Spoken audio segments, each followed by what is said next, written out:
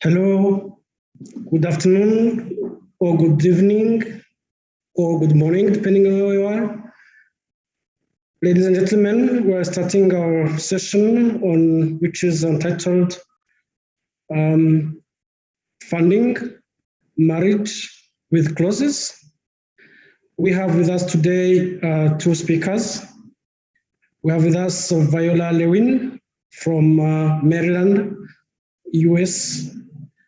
Viola Llewellyn is the president and co-founder of Ovamba Solutions.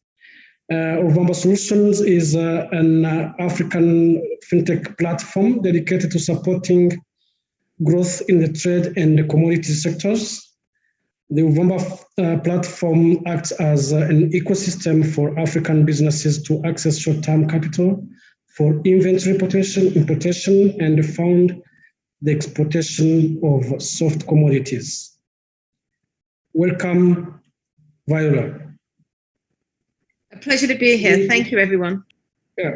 We have with us also Khaled Ben Jilani from AfricInvest. He's a senior partner at AfricInvest.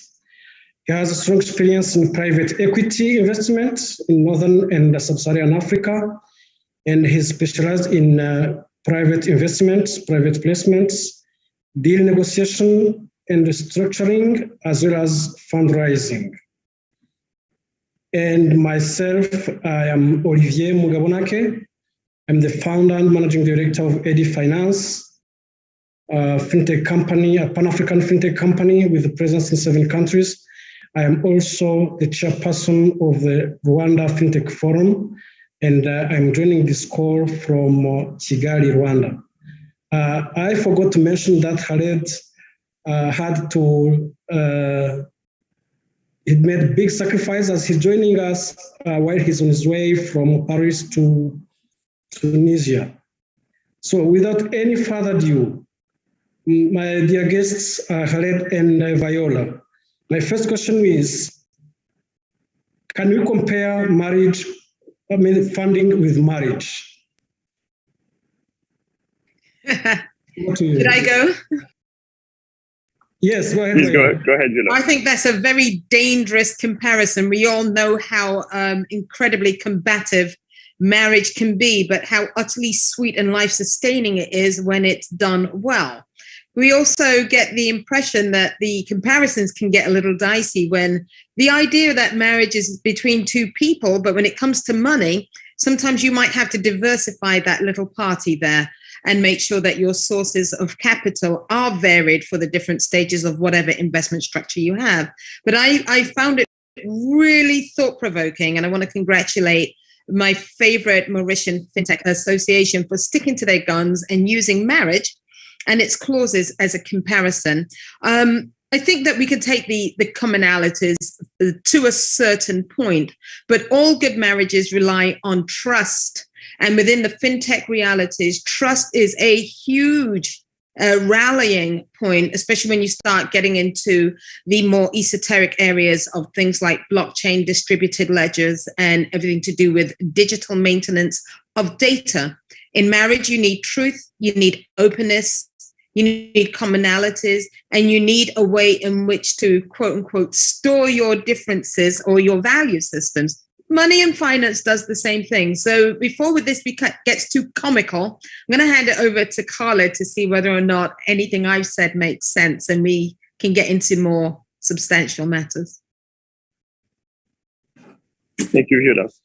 So just to answer the question with the less maybe poetic approach and a more rational approach, I first to get back to what Viola was saying, I think like any marriage, funding really requires trust. I mean, that's without trust, there wouldn't be any way basically to start a relationship or transaction. So unless there is obviously a system based on blockchain or similar approaches, in most of the deals that we have in the fintech space, it is a relation between people that allows basically this to happen. So it is definitely built on trust as a basis for the transaction to happen. Then, as in more marriages, you do have terms. Basically, will end up being in legal documentation and having a law and a jurisdiction that sustain the funding, same as a wedding.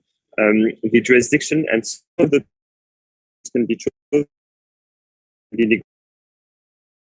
are one kind of fund or are negotiated on a custom basis, unlike a marriage here, with specific terms that would be adapted to the reality of the company and the reality of the funding. Nice. So my key takeaway is that the basis of all the common basis between both is trusts. Marriage and funding all are built on trusts. Thank you. My second question is, in a typical relationship, fintech investor, fintech startup and investor, what are the top 3 clauses? You just talked about the clauses and terms. What are the top 3 clauses or terms that bring more, that bring challenges in a funding relationship? Well, it's just like relationships. 3 things: values, terms, which Khaled mentioned, and jurisdiction. So in the case of finance and fintech, if we're still relating to marriage, the values are the same as the clauses. What is it that you both believe that will ensure that the relationship will work? Well, in the case of finance, what clauses will you embed in that contract that will govern the way in which you will rally around the sources and uses of that capital? If it's not correctly defined, especially for startups who may be in a hurry to just, let's say, get their hands on the money, or a more mature company that is going through a cycle, just like marriage is on their 7-year itch, as they call it, you have to be able to review the original values and clauses that brought you back together again. If those are clearly outlined in the documentation or in the prenup, then you can start to look at terms, which is the same as the framework. What are the terms in the case of finance that trip us up? And I know for Ovamba, we've been through this both on the positive and the negative side, both when we've accepted capital and we've dispensed it. But the terms and the framework around how long will you continue to fund, what are the clauses that will allow you to disrupt those terms, but be able to continue thereafter with only a minor hiccup in the blip. So we're talking about how long, we're talking about cost of capital, and we're talking also about jurisdiction. The conflict and resolution of where you decide to arbitrate your challenges, because where there's money, there will be problems, is incredibly important. For African fintechs, they may not understand that there's an international component that everybody can call upon, and to make sure that it's either agnostic or it's neutral to all parties is a good way to be able to design how well you can resolve a conflict within the financial setting of those clauses. And in the case of a marriage, obviously we all know the same thing. So again, drawing those parallels just to keep to the aesthetic of this conversation, I think that those are really important. But for Ovamba, cost of capital, if you are on lending or on funding, becomes really important, because on a secondary level, what you're able to deliver for your investors becomes a point of great scrutiny. I'll end there. Okay, thank you. Well, listen, I'll be again a bit more technical here. Given my experience in negotiating terms and transactions, probably the one of the most discussed points on the VC space, specifically in fintech, is governance. It's basically how we take decisions. So starting more specifically with board composition. Sorry, come again, please. I think your connection was not stable. Sorry, so I was saying governance, and more specifically board composition. Board composition, usually around you have more than one investor, usually 2, 3, sometimes 4 or 5 investors. Most of them want to be involved, either as board members or as observers. And while I think at a young age of the company, the wisdom pushes you basically to limit the size of your board. So it is very important to find the right balance between size of the board and representativeness of the different parties and stakeholders on the board. That's one. And second, also the threshold and the lists of decisions that need to be taken at the qualified majority usually is discussed with some threshold of materiality over investment of decisions, of spending, that basically on which the management need to get back to the board. So that's one. Second, unlike a marriage, in the case of an investment, you need to provide for a liquidity horizon, so an exit clause. And there's two kinds of exits. I think these are the two other clauses I think that are discussed. First, I mean, you need to get back the freedom of doing whatever you want with your life in a marriage. And here you need to get back the liquidity to be able to replace it elsewhere. And so the exit clauses usually are discussed on basically how do we basically sell the company, under what terms, under what majority, and who decides on this. This is a very important decision where basically there needs to be make sure that there is an alignment on these terms. The last one is on the exit of the key management, and we call this the good liver, bad liver provisions, where basically we describe the context in which the management, if they leave, would maybe lose all or part of their shares in the company, depending on the condition of them leaving, because basically we have, as investors, usually we invest because of the presence of the investor. It can be a pure lockup to liver and good liver and bad liver provisions, which are more and more present into the agreement happening in the transaction, the VC space and the fintech space. Okay, sounds interesting. Khaled, you talked about governance and the balance between the decisions to be made at both management level. What do you think cons of unbalanced power between the board and the what are the risks for the fintech company in funding relationship? I mean, there are many. I can tell you about a deal that we decided to decline of an investment into a fintech company at a Series C, where basically there was 12 people on the board plus 4 observers, and we decided this is an unmanageable basically board, and we decided to decline because we thought that either it's a board that is meaningless, or basically it's a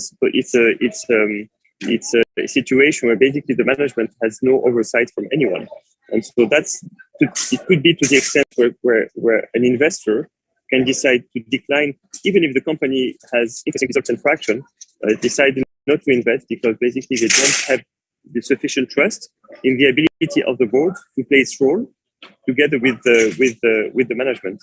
And a board that is not involved enough, that doesn't have enough oversight in a vertical that is as regulated as fintech, can lead also to problems in terms of regulatory problems with the central bank. As you probably may know, the financial sector is a sector that is supervised by a supervisor, usually the central bank, and the central bank does have rules that need to be and conditions that need to be met by the company, and that basically the board needs to follow. There was recently a series of licenses that was withdrawn by the central bank of Nigeria, also by the central bank of Central Africa, in several institutions in the past few months, due to the fact that the board did not play its role. So the consequence can be tremendous for a company in a regulated sector. Interesting. Viola, you mentioned some of key things companies should look at when negotiating funding contracts. One of them is the arbitration. Can you advise fintech companies which are listening to us or founders who are listening to us, which international arbitrations are the most, recommend, you can share reference of the same? I love the fact that I am completely incapable of answering that question from the standpoint of experience, because we've not befallen such an unfortunate disruption. But I can tell you this, in contracts that we've composed and looked at and seen, for the footprint that it covers and the respect that those courts have, and New York being the other one, I think if you're dealing with structured finance, compared to maybe something that is more tech oriented, that might have an impact on your jurisdictions. But I will tell you this, we as a company have often had hesitancy, especially being an emerging markets focus. You need to pay attention to if the jurisdiction that is selected has a court system, let's say in the case of Cameroon, where a legal dispute can drag on for 10 to 20 years. Francophone Africa is quite a disheartening place within which to carry out arbitration. Sorry, French. And it can go on for a long time. We tend to like to look at New York and London and try to find a place that is neutral to both parties. Or if there is a way to keep it out of court, to try to devise a side documentation where there is a very honest conversation about if these types of concerns up before we get to arbitration, can we perhaps take 30 days within which we discuss it and find other parties, or even have our lawyers discuss it together and come to some points of commonality. One of the biggest experiences that taught us a great lesson was not just picking jurisdiction and dealing with arbitration and disputes. What are some of the underlying remedies that you're going to have? And for startups, I will tell you this from experience, you will run into an issue. And at that point, if you've got your equity wrapped up in it, try to make sure that you've got some sort of a clawback clause that is easily leveraged regardless of the jurisdiction that you're working with, because that will eventually come down to where things start and begin. So that's my basic comments on that. Thank you, Viola. The next question, we know that key success factor in funding contracts includes a favorable regulatory environment to sustain the marriage. However, we know that it differs from one country to another and from one continent to another. I'm going to divide my question in two parts. First of all, which are key specificities in African contexts compared to the rest of the world in terms of funding regulation? And then I'll come with the second part of my question, which will be around new type of contracts, like smart contracts and those kind of new technologies. Yeah. First of all, can you share with us your, according to your experience, what are the specificities from countries to regions to continents? Khaled, shall I take that, or did you want to? Go ahead, Julia. I think you have much more perspective than I have coming from you. Well, I hope so. So let me see here and try to be as specific as possible. I'm going to pick one topic in particular so that this has some context. The regulatory environment and the style of governance in the OHADA region, which is the 17 or so country cluster of Francophone nations in Central and West Africa, have a very interesting impact to this particular topic as it relates to taxation, because there are very few dual and bilateral jurisdictions that work harmoniously together. So one of the first areas that we experienced was when you set up your investment structure, you need to double check that there is what the reporting rules are around capital that's coming in, where it resides, and how you repatriate that capital to investors. Those jurisdictions do not always do the best job of making those rules very clear and very easy to follow. And this is one of the reasons why when we look at structured finance and structured investment in those regions, it can get a little vague, opaque, spotty, hard to find, or difficult to look, that's a model that works, that we can replicate so that it becomes the industry standard. We start to see good cash flow and revenues and investment coming into those countries on our continent. That's not to say that we don't have investment. We most certainly do. But it would be great if somebody had a playbook that streamlined it, made it easy, so that we had more of it happening in such a way that it was a good, positive outcome with repatriation done smoothly. So for our experiences, the jurisdictions and the rules that apply there relate to how long is the investment structure going to stand, and can you account for the movement of that capital and anti-money laundering, both on the US side for us, FINRA and FATCA we have to pay attention to, and make sure that it marries correctly and one doesn't eliminate the other when we are moving capital in and out of the continent. So being sure that you understand the rules, being sure that even if you've followed whatever Ministry of Finance rules are in place, did you also pay attention to what the central bank is saying about capital coming in and out, and how that capital is used and how that capital is repatriated? So I'm not a world expert. I can only tell you what we've experienced. Khaled, I saw you shaking your head. What are your thoughts around it? I wasn't shaking my head. I was shaking the phone. But just to add maybe on what you were saying, I think that in such a regulated sector as fintech, it is quite important if you are to pick a country where basically you're going to start a startup with some innovative business model, to make sure that the regulation is adapted. And so there's usually, in most African countries, two cases where it's over-regulated and where things are quite complicated, or cases where it's under-regulated or not regulated. And usually that's a good sign. And in most pragmatic, or with most pragmatic supervisors or regulators, usually they do have a context to basically support the development of fintech, at least in most central banks today, either through a simple process to get a letter of non-objection to start something new that they know doesn't exist from a regulatory standpoint, that allows basically things to start, or to basically they put in place a more institutionalized way of providing authorization to sandbox policies. And so basically where things are a bit more defined in terms of what you can do essentially from a scale standpoint. So these are the two cases. If you don't have one of these two cases, and there are countries where they aren't, my advice would be don't start there. I mean, you make probably your life very complicated, but are trying to change the regulation itself as a startup, as a player. Some people have tried, and most of them has failed. I'm not saying that everybody has failed, but it is probably the hardest way there. Can I piggyback on your comments, Khaled? You make really, really powerful points that I totally agree with. And I think this is why Mauritius is an important jurisdiction for most of us.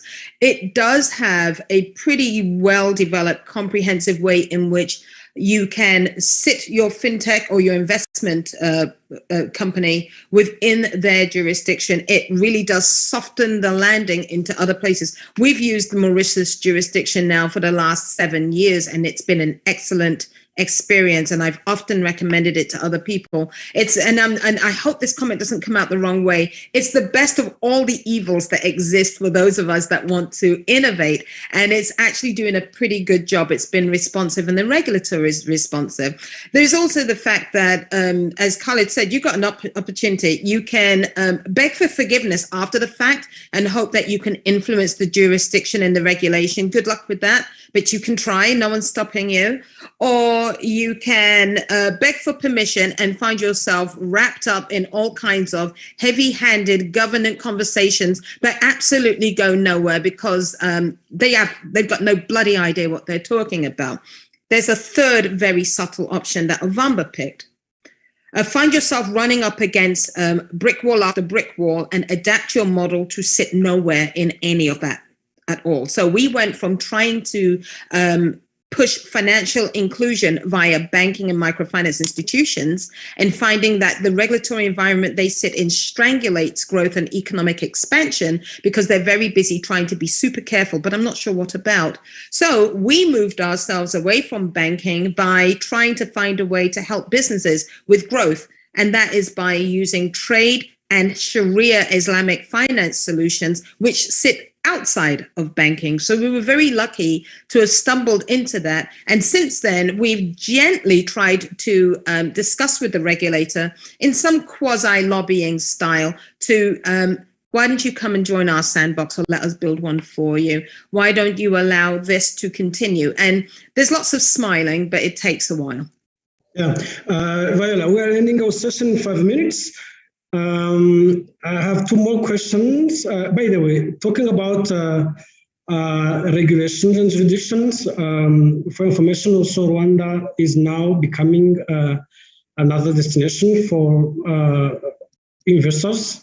And we are utterly jealous of the Rwanda Financial Limited, which is a center which aims at transforming Rwanda as an international financial hub. And the government of Rwanda undertook a series of investment incentives regulations. So my question is now about having your feedback about your successful funding stories across Africa. Khaled, can you share with us key success stories on funding across African countries where you have been investing in the last years?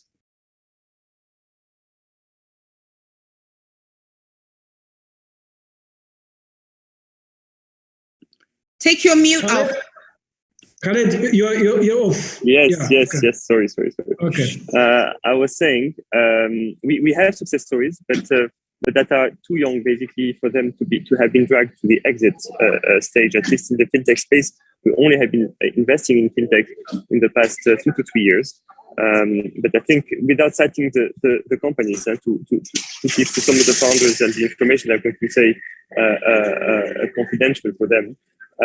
We have invested in a company that basically was in the payment space, starting very small with two founders, having basically started by implementing a mobile money wallet that started